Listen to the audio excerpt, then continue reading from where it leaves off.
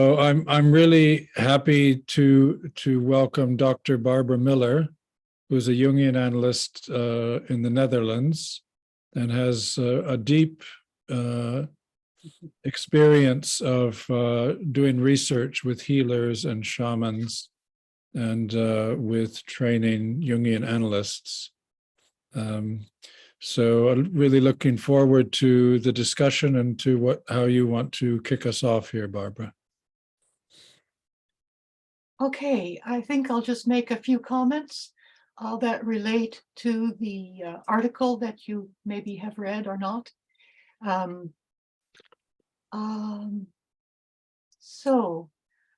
Just a few comments again. Okay, let's start. I think we can, or we might, see the psychodynamics of establishing the therapeutic relationship in the shamanic practice of taking on the pain of the patient. So that's a lot of what my article was about. So we can explore further what actually establishing the therapeutic relationship is about. I think it might be helpful to clarify what we can, because this is all just what we can think. And I think of psychopathology along with Guggenbill Craig. He's written a very important book. It's called The Empty Soul. And he says that psychopathology are pockets of no love in the personality. The other thing that I think is important to note is from Grotstein. And Grotstein, who I've spoken with and has acknowledged, he's a Freudian psychoanalyst, but he's acknowledged that he's a closet Jungian. So just so you know who Grotstein is, he said that if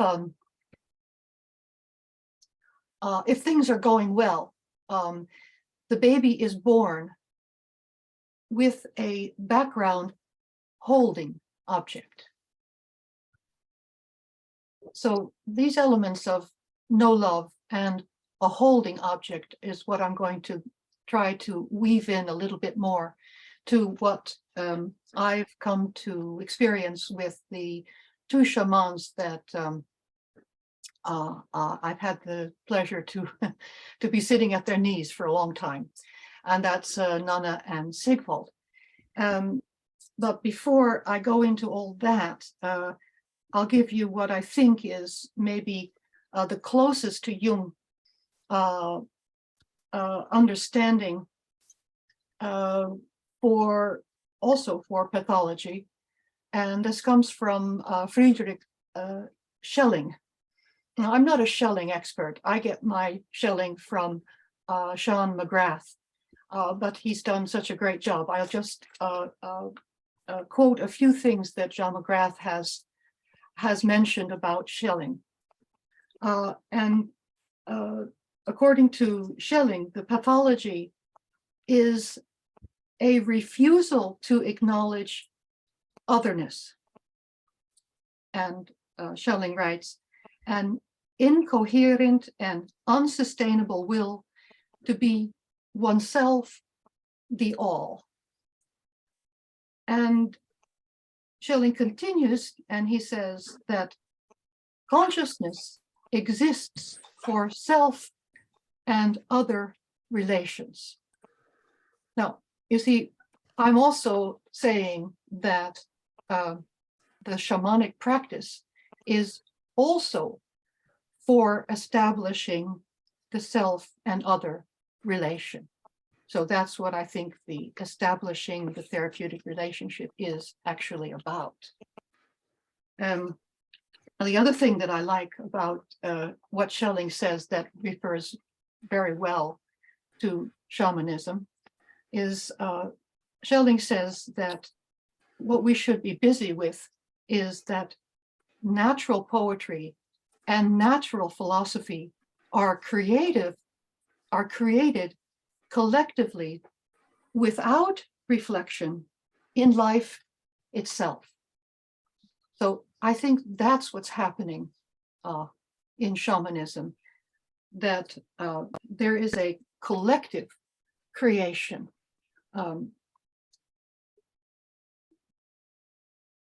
So let's see, where would we like to go from there?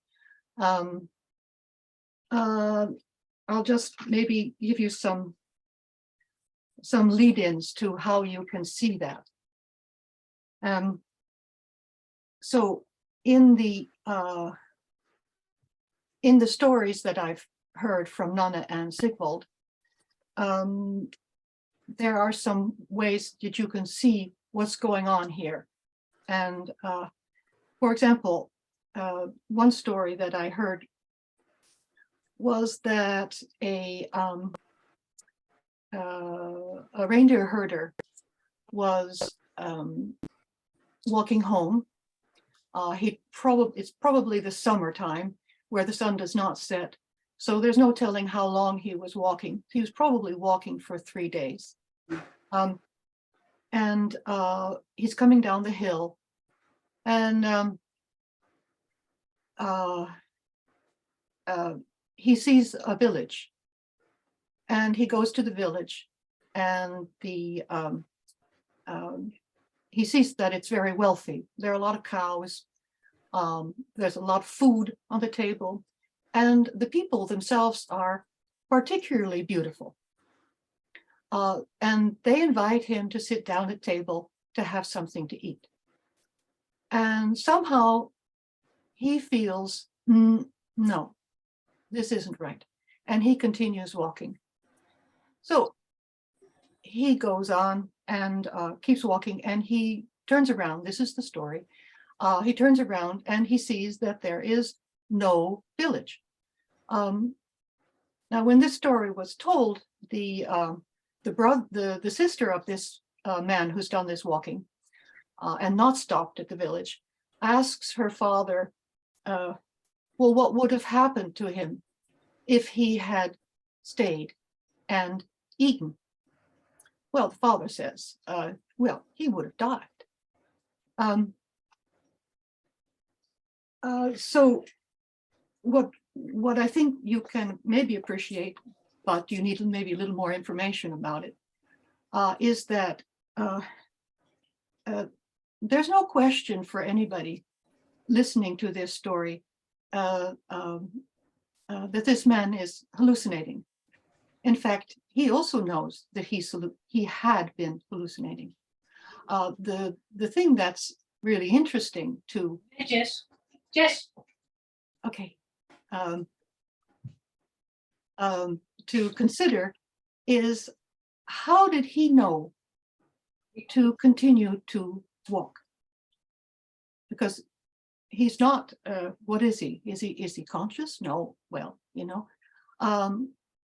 But the thing is, you see, in this culture, many stories like this have been told. And so somewhere in his, he is able to make a connection to home, and he just follows that. And he recognizes in his hallucinations the stories that he's been told, whereby basically the underground people are more beautiful and more rich and have more cows than the normal people, or they say us, you know, walking this earth. So that element of the fact that there's been stories told and experiences shared, that I think is what makes it possible for this hallucinating man who is totally exhausted, of course, and would like nothing better to lie down and imagine himself eating food. But of course, it's sure death. And that's a story that is there's lots of stories like this. In fact, there are a lot of stories about ghosts. And ghosts are what are ghosts, you see, in this culture? They will say that the untold story becomes a ghost. Now that was the story that I related in this article about the one healer putting the unbaptized baby left out to die in the wilderness, putting that ghost to rest. And what's, I think, anyway, for me, what's clear about how they're talking about ghosts and about story is that they're not making very much difference between thoughts, spirits, and story. That might be something you'd like to talk about. But one more thing that I might introduce to you. You see, there is a tremendous importance for establishing the therapeutic relationship that is about love, of course. And my take on all of this is, as it is also in psychoanalysis, that to say goodbye with love takes a lot of preparation. So, but with love, we can say hello again. And that is what is establishing the therapeutic relationship, is that there is enough love so that when there is a goodbye, it's been prepared. And with love, when there's been love with the goodbye, which has needed a lot of preparation, there is also love when we say hello again. So this is the therapeutic relationship. All right, okay. So anybody want to say anything or ask anything?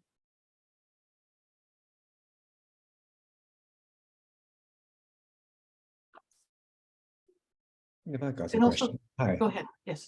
Yes. Hi. So my background is I'm a psychiatrist and I work with people who are psychotic, quite a lot. And when you mentioned hallucinations, you really piqued my interest in terms of, it sounds like there's a way of almost managing hallucinations in a way, in whatever kind of understood way. So I just wondered, with your experience with the Sami people, the people you've met, is psychosis and maybe more schizophrenia like sort of presentations? Do they exist, or are Yes. They do, but are they reduced or they thought about differently? I just wondered about that in your experience. Well, the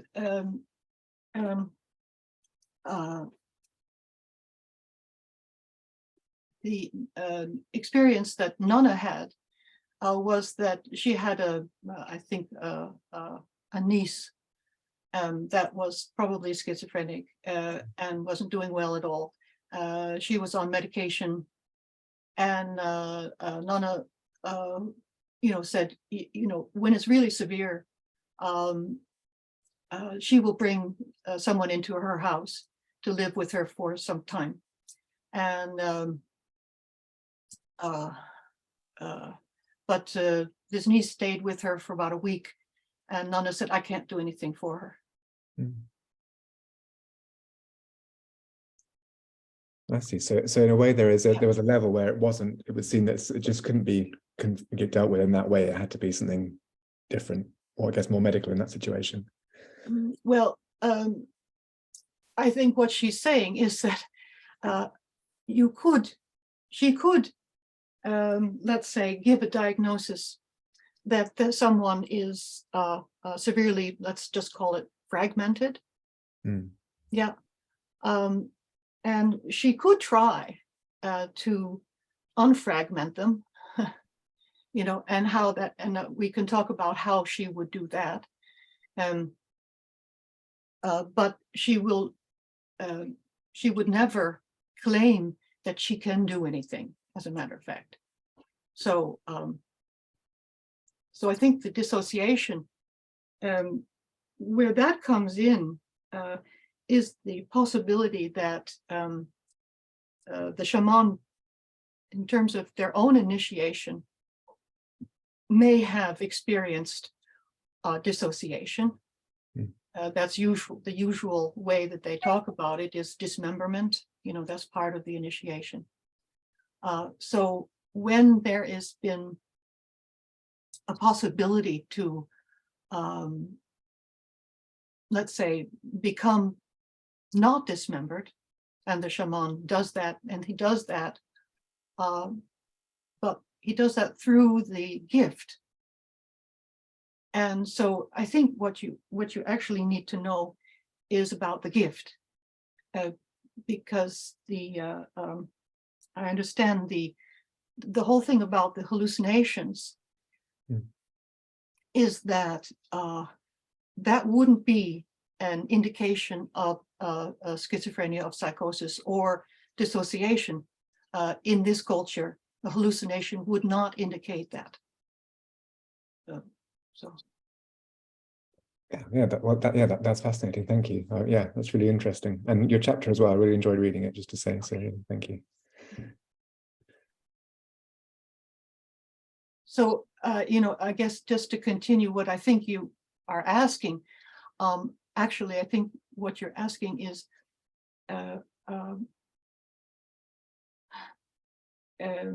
what the difference would be in their culture between, let's say, what would be called a small helper and what would be called a, because they don't have the word shaman, they call it noedi.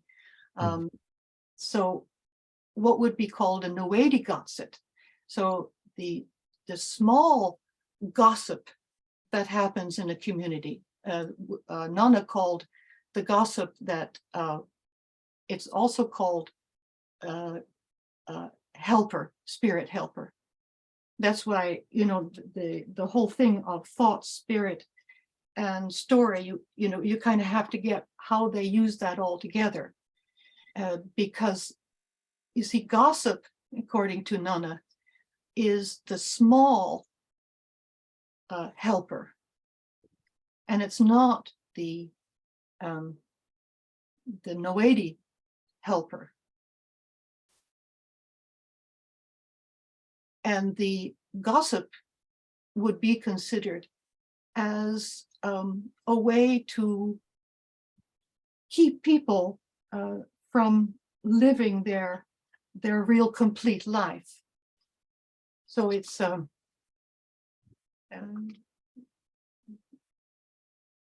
but what else is there to say about that? Why would Nana be making that distinction about the small helper, which is gossip, and the noedi, the spirit helper?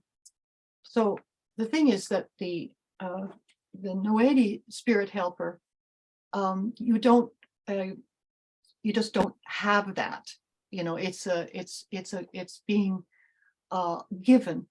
And her description of the being given, she said, when I was interviewing her, we will, constantly talking about what's going on here and how do we do it. And she said, well, it can be given. Now it takes a long time to get her to say, well, what is it? And she says, well, it's the gift. And it's very similar to what Jesus gave to Peter, that are called the keys to heaven. And the keys to heaven, they're given to Peter by Jesus, Jesus says to Peter, okay, here with the keys to heaven, what you bind on earth will be bound in heaven, and what you unbind on earth will be unbound in heaven. So then you get into what they think is actually going on when they are helping someone. So with the gift, they know to hold. That's the bundling, huh? That's the binding that's done on earth. And the shaman, or the Noedi, is bundling their thoughts. So one of the things that Nanna said to Sigvald, who Sigvald received the gift from Nanna, and Nanna said to him, now that you're going to get the gift, thoughts will come. The thoughts will come. She said, don't worry, they're not you.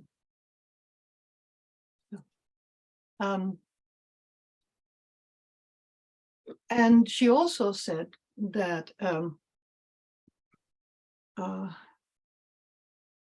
you never claim to heal. Never claim. She said you will lose if you claim in any way to have healed. You will lose everything. She said you could just as well throw it into the garbage right now. That's how she said. And she said, but our biggest problem is if we don't believe enough. Now, what she was talking about, believe enough, she was talking about that these thoughts that will come to Sigvald, he's supposed to hold them. They will be an image, and he is needing to hold it and hold it. And this is what Sigvald definitely does. He just holds that image for however long it takes. So he's can be busy for hours holding an image that has come to him after a conversation with a patient. And she said, if you don't believe enough, you will stop yourself from holding this image. So, yeah. Can I make a remark? Please. This is very intriguing to me. There seems to be a difference between a kind of diversion from, let's say, an everyday involvement in the world in terms of seeing spirits. That is part of the story of being alive. It is, in fact, offering itself to be an extra road towards wisdom. Yes. And it can be addressed by the shaman, and it's within his or her power to engage in that dialogue. But there seems to be a level of being separated from the world that is beyond control of the shaman, as the case with the niece, who we would call and they would call schizophrenic. And then there is a kind of diversion from everyday, well, call it rationality, or addressing the in inanimate world that is enhancing. And connected to that, there seems to be an asymmetry between the negative side or the challenging side of that diversion from everyday world, which manifests itself through spirits or ghosts. And there seems to be a positive side, which is the helping forces that are almost by definition invisible. They cannot be located. They are the forces that the shaman can has a privilege to relate to. even if it's clearly forbidden to regard them as his property. He cannot claim the forces, but he can offer the problem to the forces, as it were. What strikes me is the asymmetry between the visibility of the spirits that seem to be invariably negative in terms of abandoned children, unconscious emotions that cannot be held. The visibility and the locality seems to be invariably negative, whereas the positive forces are not visible. What would you say to that? Yeah. So, you know, an illness is indeed an untold story, and it's in the body of the patient. The ghost is in the body of the patient, and making for illness. And so indeed, the healing action that Nonna makes is to feel that illness in her body. So you're right to think how overlapping these things actually are, because the thing that's making you ill is also the thing that you want to make connections to. But then there seems to be a kind of illness that is not addressable, not even by Nana. So And you're talking about schizophrenia. Yeah. But that doesn't get, I would say, conceptualized. You know, if we're talking about, you know, how do the shamans see themselves healing? That doesn't get conceptualized. I think you can conceptualize it. Yes, so you've done a good job of that. But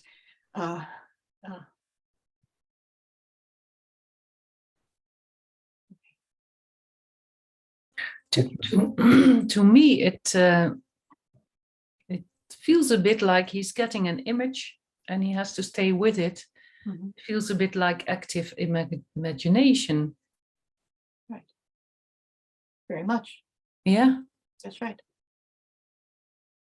And that's the same if for your own development and you stay with it, and it changes. Yeah. Right. A thing that is interested me very much is the element of music in all of this. And now I'll just introduce the element of music in it, because, you know, with active imagination, you're also indicating that there is play involved. There's play. So what I was really curious about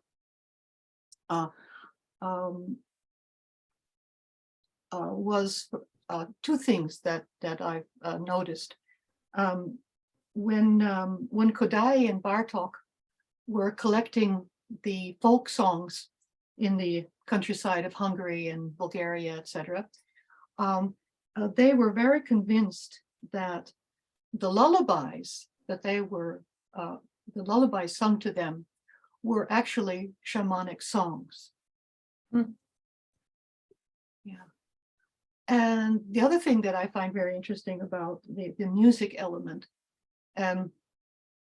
is the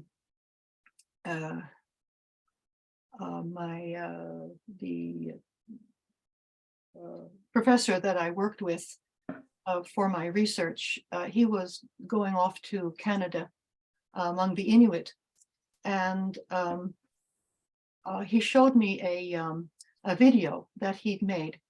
And what he'd done was he had asked someone he was pretty sure was a shaman. They called him Angagok, and he asked the what he thought would be the Angagok of that society if he would do his drum dance for the professor. And the Inuit said, well, I can play at it. So now we've got the film, all right, and you're watching this film, and you see that, yes, he starts out by playing at it, but along the way, you see it's the real thing. So there's if you understand, why would this Angagok say, well, I won't do it, I'll play at it. And so that's the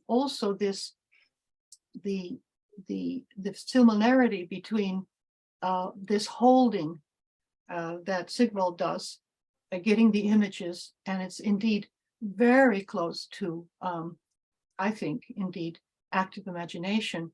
But what I like about that analogy or that similarity is that you see the shaman is not, how would I say, he is working with his images.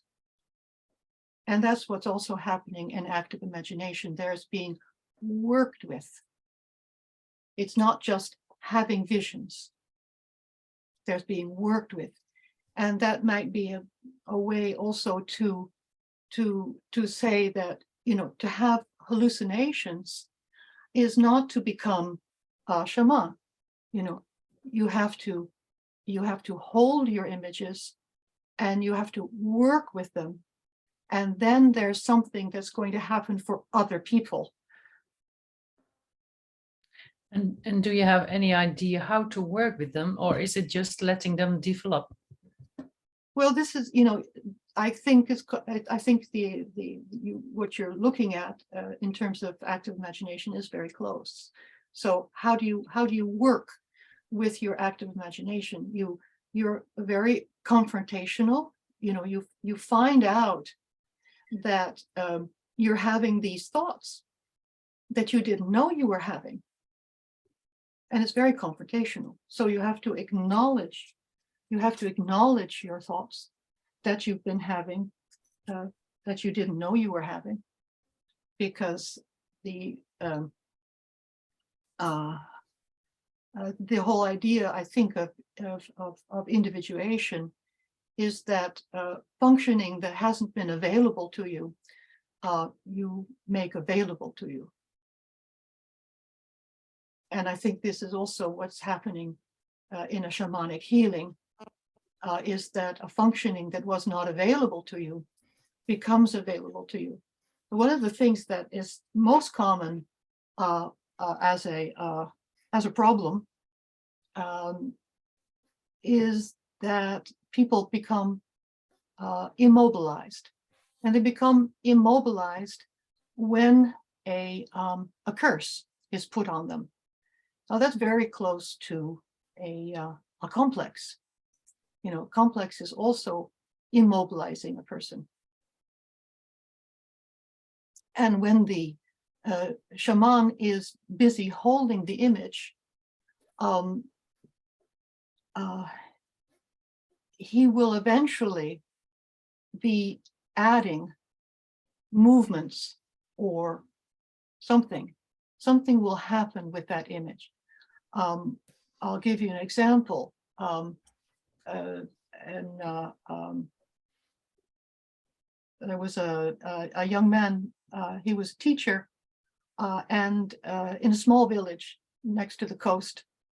And there came some really, really nasty politics. And he was accused of, nothing terrible, but still he was accused. And so he lost his job. And his mother was really distraught because it was totally unfair. But you know, he's a marked man. You know, he can't work in that village. So the mother asked Sigvald if he couldn't do something about it. You know, so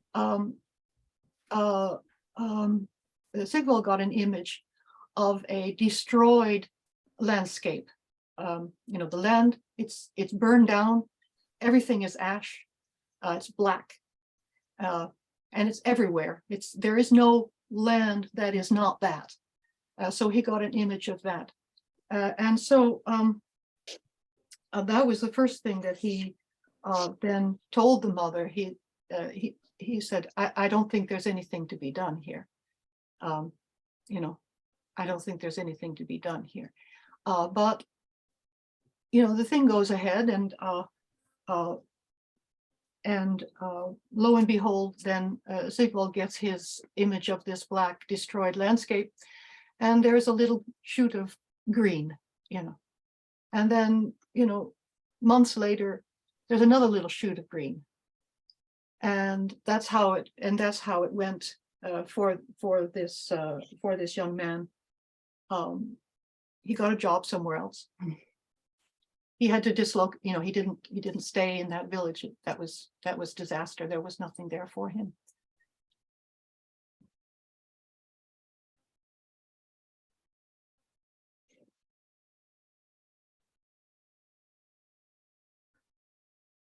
So the thing that in small, it is like transference and counter-transference, or counter-transference, maybe especially. Yes, that's right. That's right. And the whole idea is that it's another experience for this mother and also for this young man, when Sigvald is with them. It's a different experience. Why? Well, that's the whole thing of why is the therapeutic relationship different than just having a friend. There's a very profound being with.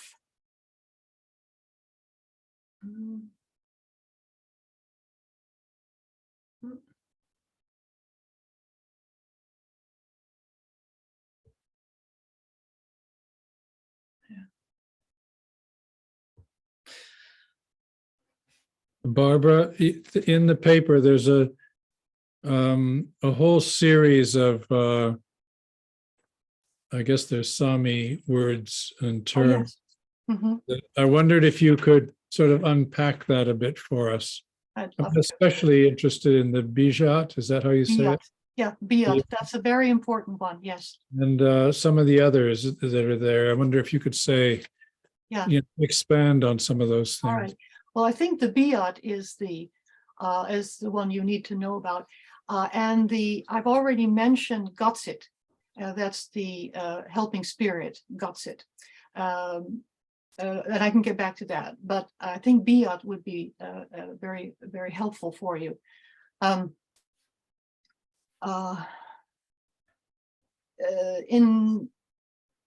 understanding what bijat is considered to be, just think of it as a curse. But it's what's, I think, interesting to follow is how do the stories get told about that?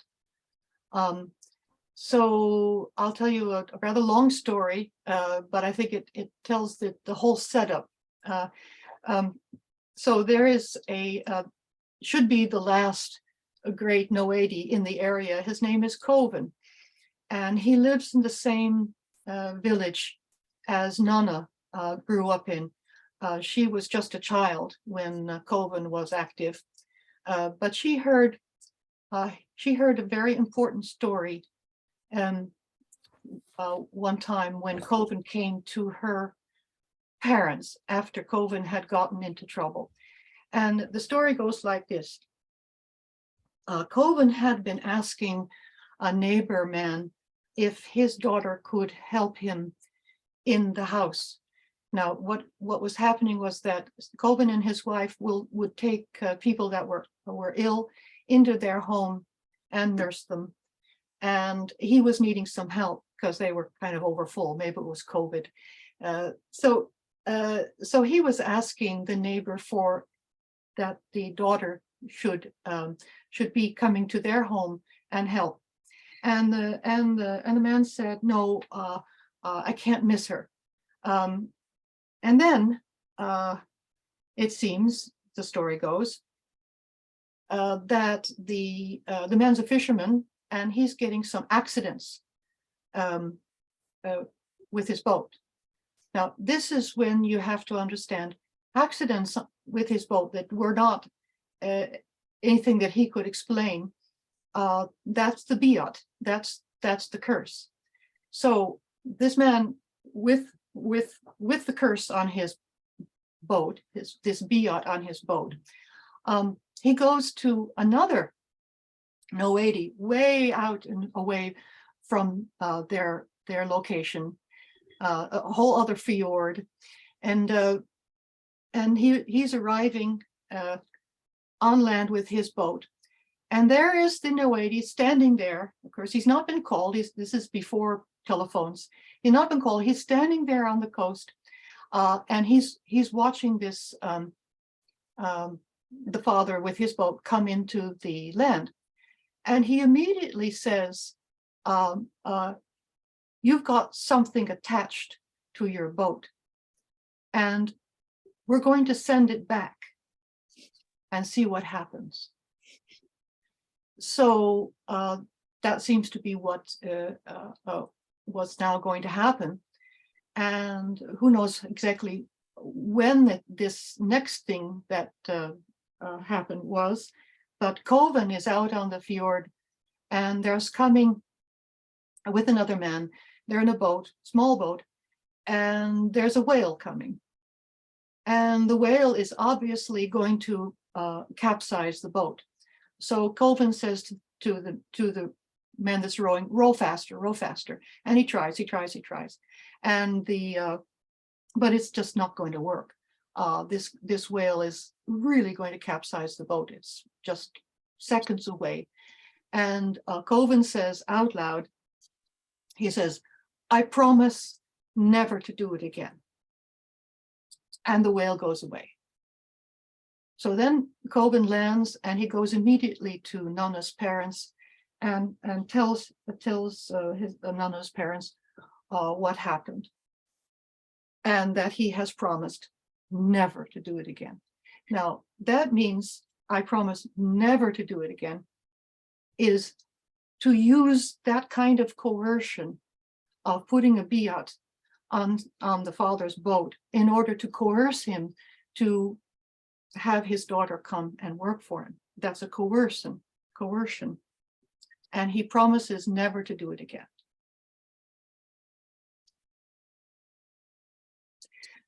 So you see the whole thing with the curse, with the biat, it can just as well be being dealt with between two Noedis. And I find this is what I find so fascinating, is because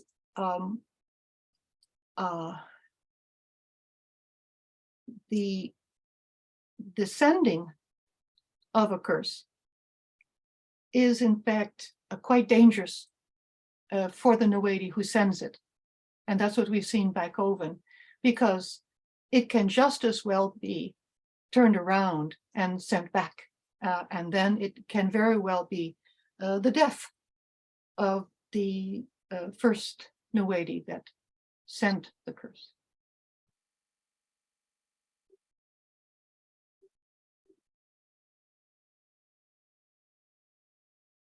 Does that help with biat?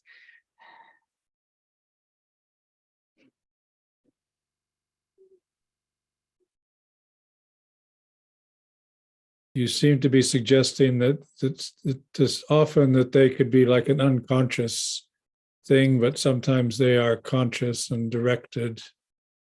in a more deliberate way. Well, see, that's where the thoughts come in. Hmm. Yeah. But also you seem to be suggesting that wars between therapists are particularly dangerous. Yes. And they happen. Hmm. One other thing that struck me in your article is that where the population tends to think of what's happening to them in terms of something external that has been set on them, Siegwald seems to, at least privately, think with regularity that the origin of the unsettling thing is within the people themselves. Yes. So that's, I find that also fascinating. It is as if with increasing consciousness, one realizes that the origin of the disbalance, the unbalance, is not external, but internal. That's right. And that's exactly, I'm not sure if I put it in the article, but Sigvald says he's often asked if there has been a biat placed. And he goes into the story and talks with them. And then it's for him quite clear that it's not a question of being, that a biat has been placed, but it has to do with the person's own way of approaching life that is indeed, as you say, out of balance. If you think of a layer of reality that is undifferentiated between individual people, but it's something common, then one can easily think that there's no limit to the extent to which one can conceive of adversity as something coming from within oneself. Yeah. There's never a clear boundary. No, what I found so interesting about the example of the Eparash, the baby that was not named, didn't receive a name, is left out to die. These kinds of stories, I found it so interesting to listen to them because no one is blaming. You know, it's very possible, you know, that this whoever was pregnant was raped. Very possible. That never enters the story. And or if the baby indeed was bound to die, was not fit for life. Well, if you ask Sigvald what Aparash, and then that's the nice part to go into what David is asking about these words. What is actually the word mean? Eparash, it actually means not taken in. So see, the fact that the baby didn't receive baptism, didn't receive a name, is of course that's the ritual for taking in, to become a part of the society. And so Aparash means, it's the word itself means not taken in. So it's I think it's a very interesting to try to feel around, you know, what anybody thinks is their fault, or because see what the negative things, for example, the Nana told Sigvald that he had to, in order to do anything of any value, he had to control his anger. And that's the thing that they would see. You see, if you got angry thoughts, you do harm.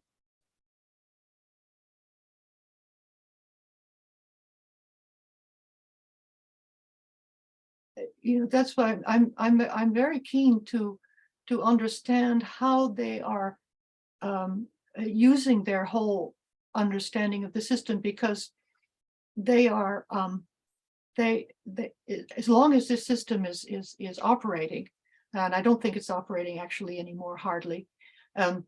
They come to a way to live in peace with each other and get around the way it can be very destructive with blame and anger.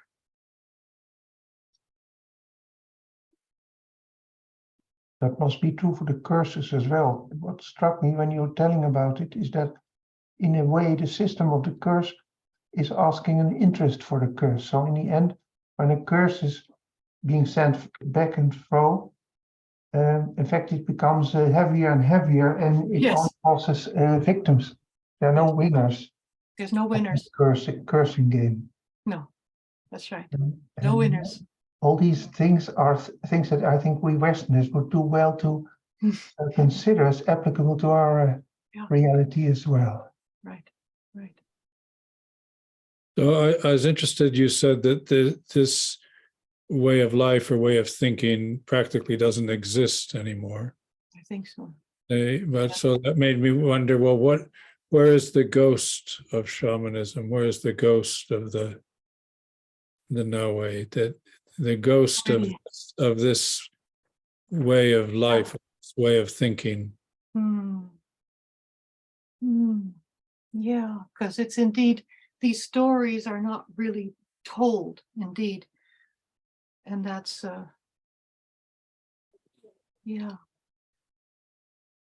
And, you know, there's another interesting way to think about that, is how we treat animals. So in this way of thinking, there is an ancestor of every species, and so I'll tell you a story of when when this way of thinking was still active. So there was a particularly dry summer, and the people that lived in Nana's village, they'd been collecting their water from a spring, and the spring dried up. So they started collecting their water from a great distance. And when they were asked, well, why are you doing that? And they said, well, we don't want to take the water that's there for the frogs. Because if we take the water there that's for the frogs, we will meet the ancestor of the frogs, which is, you know, I said, well, how does it look? Well, they said, well, it's just bigger, you know, it's a really, really big frog. And we don't want to meet, and they have a name for that, modo. So the modo of the frogs is the ancestor of the frogs. And if they would injure the environment for the frogs to live successfully, they would meet the modo of the frogs. They would meet the ancestor of the frog, and the ancestor of the frog would ask them to account for their activity. Yeah.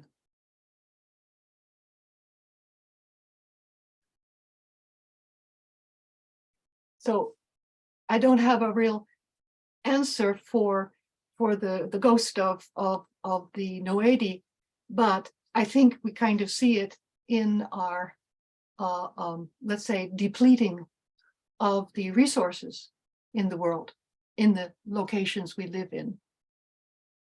That's a ghosting, I think.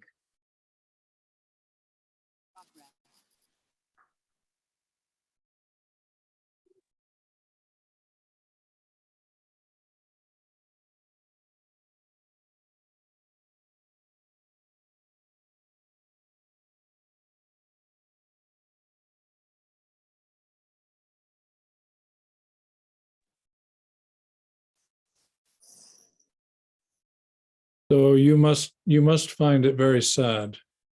Yes. Yes, yes. Yes, yes. you know, it's the thing that you know, I think this is all about how do we live with each other in peace? You know, how do we do that? And I think it's always been solved in some way religiously, you know, by religious attitudes. So it's very sad. And what's happening now, you know, the Sami, in fact, don't live in peace with each other.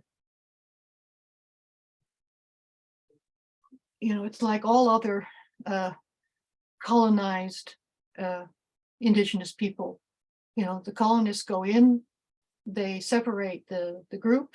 You know, in this case, what the Norwegians separated were the working together of the coastal Sami, who are fishermen, and the inland reindeer herders, because they had a very extensive exchange and cooperation with each other. And the Norwegians came in, really colonizing, and they made laws whereby that exchange was not lawful anymore. You know, so now you have reindeer herder Sami and you have coastal Sami fishermen that, you know, and it's they don't work together. You know, Sigvald still on his farm works together with the reindeer herders that are his. There's a special word for the friendship between the reindeer herder and the coastal Sami. It's called verde, and verde is a particular kind of friendship. Families are very tied. And the family is always an extended family. It's called a sida.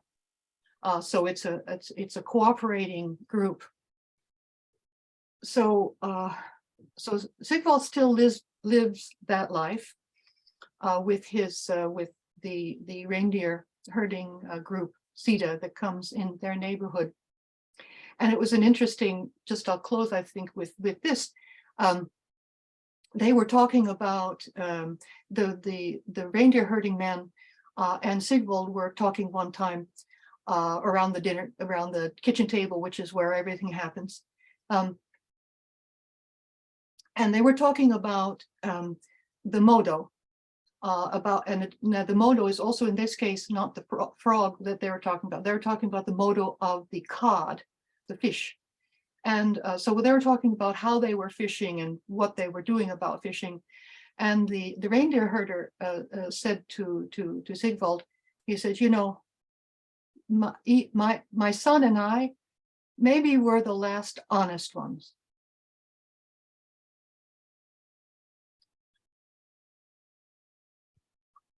I try to draw a lot of parallels to other culture, the Christian culture, and I think of stories of healing locations and so on.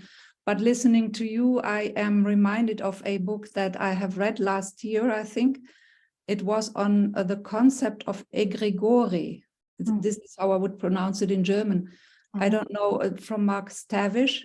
And I don't know whether it is this, that we could talk about this, because it could be that the egregore is an untamed spirit, not contained. Okay. Okay. Well, how about if we put that into the wild man, the green man, Merlin? That work? Yeah. Uncontained? Yes. What I was fascinated by this book was that I have never heard of egregore before. And it actually starts right with this. One doesn't hear about it. And it seems to be a spirit or a collective spirit that also gains own autonomy, but autonomy, autonomy, sorry, and that it can grow by a lot of, negative thinking. Okay, so this is a negative thing. Yeah, it's a very negative thing, very destructive. Okay. Yeah, it's very, very destructive. Yeah, I would put that into the area where I was telling you about that. What's my paper? That I've taken from Schelling. When there is no acknowledgement of the other, Mhm. and there is an insistence that one is everything. Yeah, that's what this sounds like to me. And what do we know about that? Let's say psychologically, I would consider that the autonomous complex. Oh, yeah. Mhm. Yeah. And a story of the autonomous complex could very well be in the Gnostic mythology, the Yaldabaoth. Yeah, yeah. So that's how you could see that. Yeah, thank you. Okay. And how about the lost stories? I refer to Sheldrake, I think, is Yeah, Sheldrake, yeah. he talks about pilgrimages. And he says that the pilgrimages are being partly replaced now by tourism. Yes. Where people, I mean, I live here near Berlin in Potsdam, which is a very high cultural and a lot of castles place, and people are flocking in during the warm season, and they are going around as if they would be so interested in some of the Emperor Friedrich Wilhelm and go to churches and look around and see all the old icons everywhere. And I often wonder, are they really interested in this? Or why are they doing this? Are they trying to find some old story to regain it and to reconnect to it? Yeah, I think I would think of that in Jung's the difference between just fantasizing and doing active imagination, because when you are really let's say encountering let's say the spirit of the place, you're doing something very different, and that would be the pilgrimage.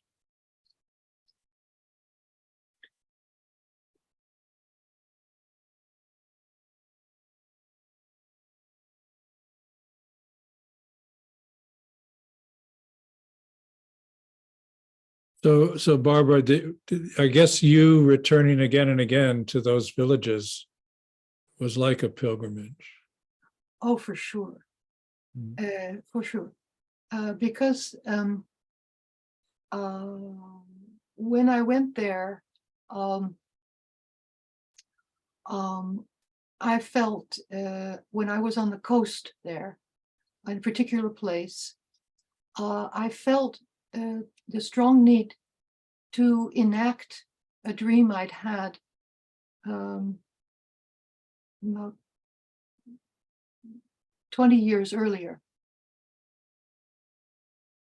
And it was about it was about putting coffins into the water. So yes, it was a real connection. And also what was so interesting was that I had the experience that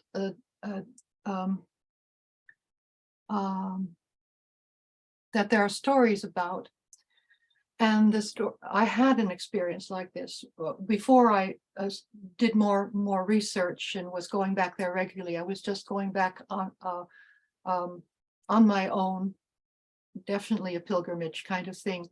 So at the end of that, I think it was 2 weeks, I'd been alone the whole time. And the last night I was in a different kind of a hotel. I was in a hotel where there was nobody in. It had been used as a kind of a dormitory, so it was empty, and it was just on the coast of the fjord. And I was in the middle of the night, and I heard singing and talking and bells jingling across from the water, and it was coming closer and closer and closer and closer. And then at one moment, my door opened, and the light from the hall came in, and I said, "Who's there?" Okay, so at that time I didn't have anybody to tell that to, but when I came back there regularly, then I heard more stories like that. So, for example, a man had been clearing the hay from his field, and he was tired, and he fell asleep. But where he had fallen asleep was actually a path of the ancestors. So because he was on that path of the ancestors, he woke up thrown some way off of the path. So, when I heard these kind of stories, then I, dared to tell my experience of having been on the path, the ancestor path, and just having them, go through me.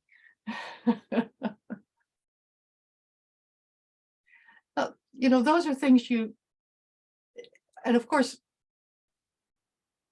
I was in a real state, when I had that experience.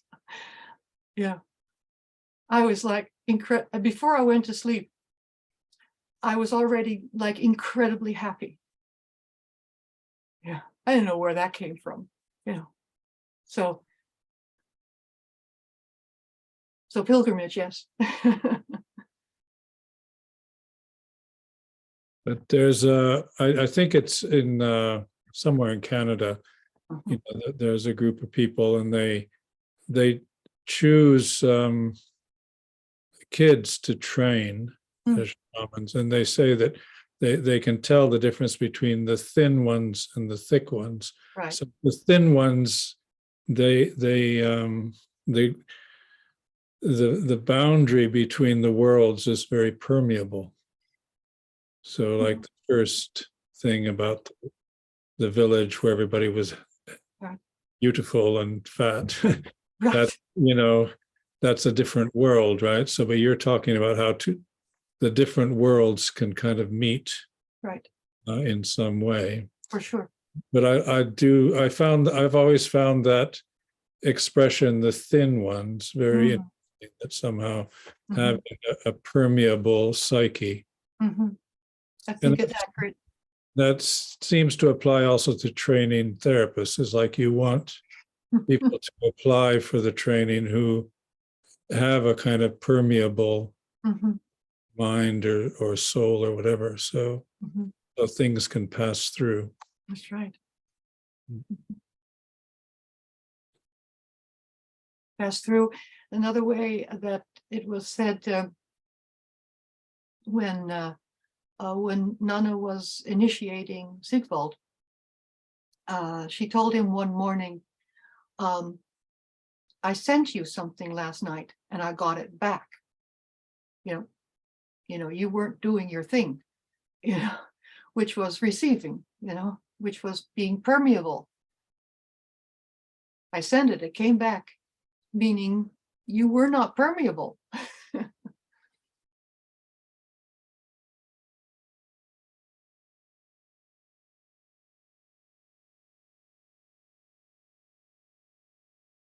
And I think there's what you're saying also for how as therapists we should really receive the thoughts of our patients. We really should receive them. And the other thing that I found so interesting in how Nana talked about, I asked her about her children, and she said, you know, it's not about loving them equally, it's about meeting them equally.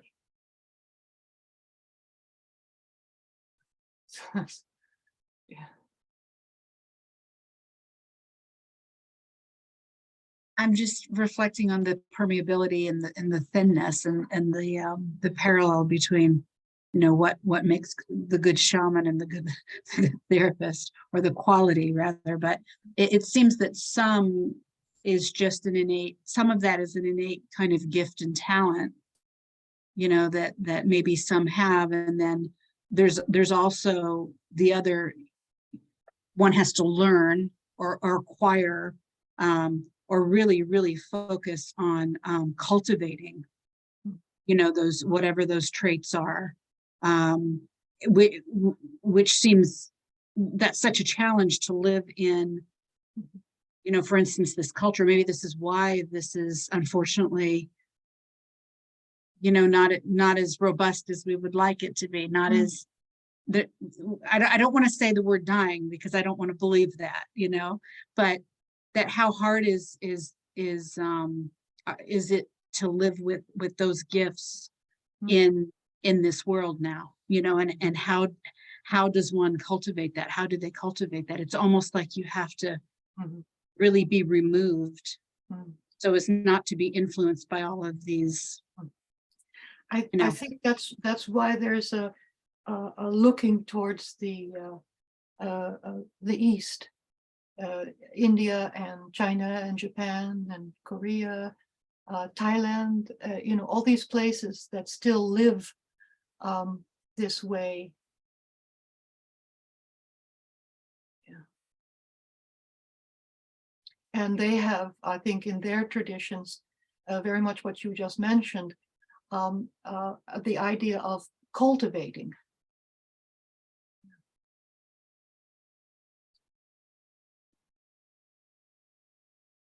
But there's a great book about hermits in China, like a contemporary book about a guy traveling around visiting hermits. But he found that a Chinese saying that, you know, small hermits live in the mountains and great hermits live in the city.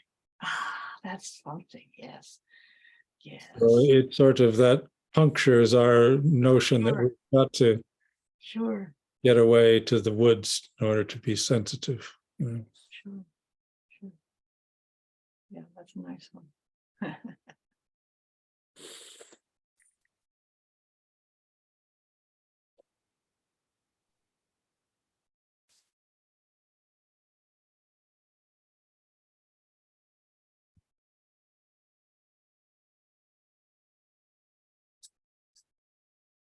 So I'll just check my notes and see if there was a story I should tell you.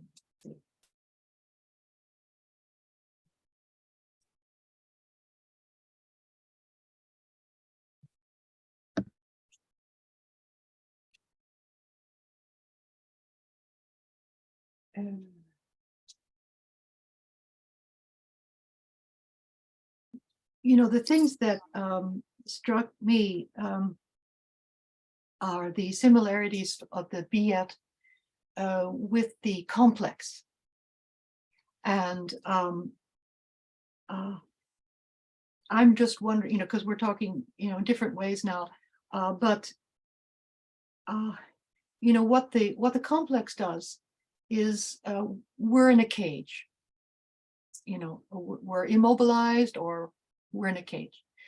That's so much the whole fairy tale genre of the witch. You know, the complex is now if you're in a cage by a witch, of course, you know, your complex is just taken over. You can say your negative mother complex or whatever, but anyway, you're in a cage. So what I think that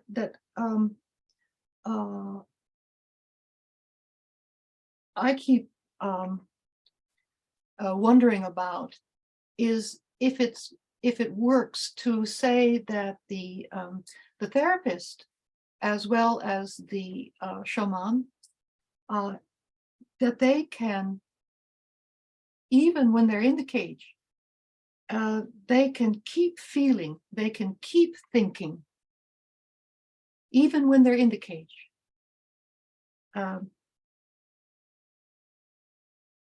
There's a way of, I'm just thinking that there's a way of being with that isn't determined by whether you're in a cage or whether you're out of cage. And I'm thinking of, how does the bird hatch her egg? Her attention is always there. And that's what I'm, very often when I think of what Nanna and Sigvald are doing, they have a particular attention going, so the bird is hatching her egg because she's with it. Her attention is there, whether she's going off collecting worms or not, she's always has her attention there. And that means she's holding her newborn something. I was wondering about hope. Okay. I think it was, I'm going to get the name wrong now because I do forget books I've read about 30 years ago. I think it's Jerome Frank who wrote about different ways of healing. So it's a very old book. I think his daughter has probably taken over, continuing to update it because it's still quite popular. And he was looking at shamanism and different types of healing and how animals heal, and eventually came to the conclusion that the real core requisite is hope. That if we give up hope, we die. And that possibly the key, if you like, that the therapist or shaman is holding is very much about hope. That because we have entered into this patient's experience from the outside, and we may have knowledge of others having survived, others having traveled through the darkness and come out the other side of it, that we don't need to say anything, but that our presence is kind of indicating that and offering hope that the patient can't hold for themselves. I really agree with that. Really agree. And the most repeated stories about the shaman is that the patient's soul is lost. And what I also find so interesting, by the Sami, the element of music is very active in the old times. The whole community would be sitting around. Patient would be, wherever the patient is, and the shaman would be doing his drum, because at that time there was the drumming. And during his drumming, the whole group is they have a word for this singing. It's called durum, and it's a way of singing that the whole group does together, and they do it the whole time. So the shaman has done his drumming. He's now flat out. He's flat out. Really, these Sami shamans, the pictures of it is, they're just flat out. And so the whole group is singing this durum durum durum durum durum little song, and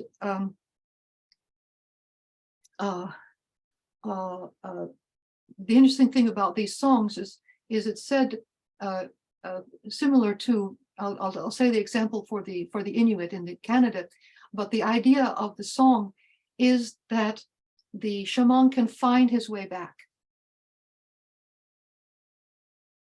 Yeah. So the example from the Inuit is that the shaman teaches his wife his song, his personal song. Nobody else knows it. And when he's on his travel, she sings it, and then he finds his way home. So I think there's something about hope in that. You know, you won't be lost. It's like somebody once told me the story of the little boy who got lost in the woods. And then he understood that the trees knew where he was. So he wasn't lost anymore. Nope. Yeah, somebody was with him. Yeah. Something was with him.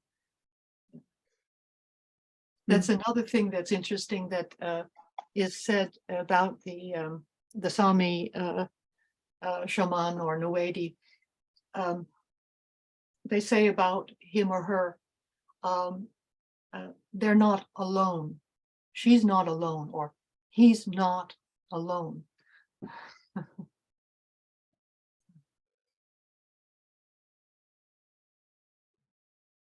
And the other thing they say, they don't say I'm going to go to a shaman or I'm going to go to a Nuedi or something.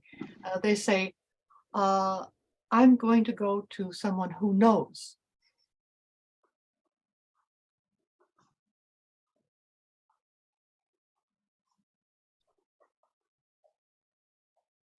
Do we still have time? Does anybody want to say anything? Otherwise, I'll launch into a little story about this. You can take us out with a story. Yeah. Okay. Okay.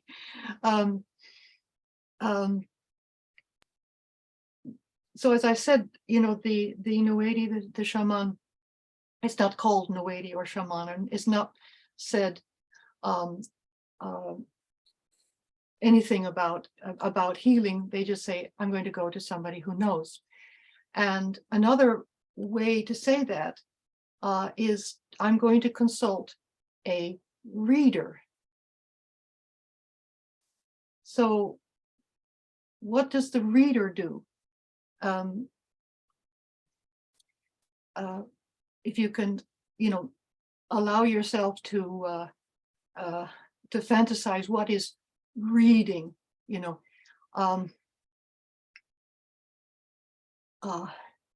you can say reading signs. Okay. And so like it seems to be the very first record of this kind of shamanic working was from China, and then they would have just been called diviners. So they would cook or heat the tortoise shell, and they would then the tortoise shell would have cracks in it, and they would read the cracks. So it's also a diagnosis. And the thing that I find interesting is I've always heard, but I didn't understand it till I was up there, was that it has always been said about the shaman that the diagnosis is the cure.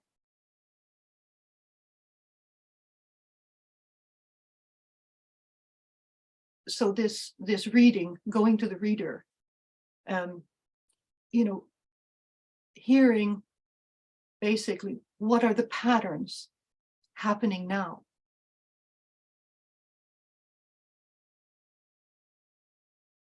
which you could, you know, if we're being very Jungian, we can think about archetypes. What is constellated now? Which archetype is constellated now? What is the pattern that the reader can see?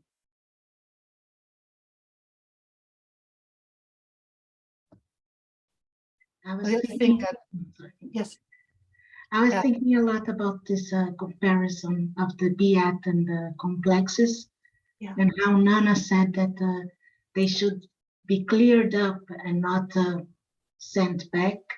right. And there was one sentence from your article that I really loved, that a sign of grace is a voice from heaven saying your sins are forgiven. And I thought about this when you just started saying that psychopathology are pockets of no love in the personality. Mhm. And I was wondering, like, with this love, this lack of judgment that you have with the therapist, Mhm. this is maybe what can give you hope, like Sion was saying, Yes. and that helps you clear up the complexes. Yes, I think it all works together. Nice way you've done it. Yes, very nice way you've said it.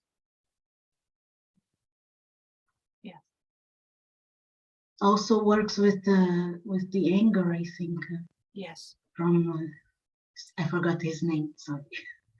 As Sigvald. Oh, Sigvald. Yes, Sigvald. Sigvald. Right. Yeah.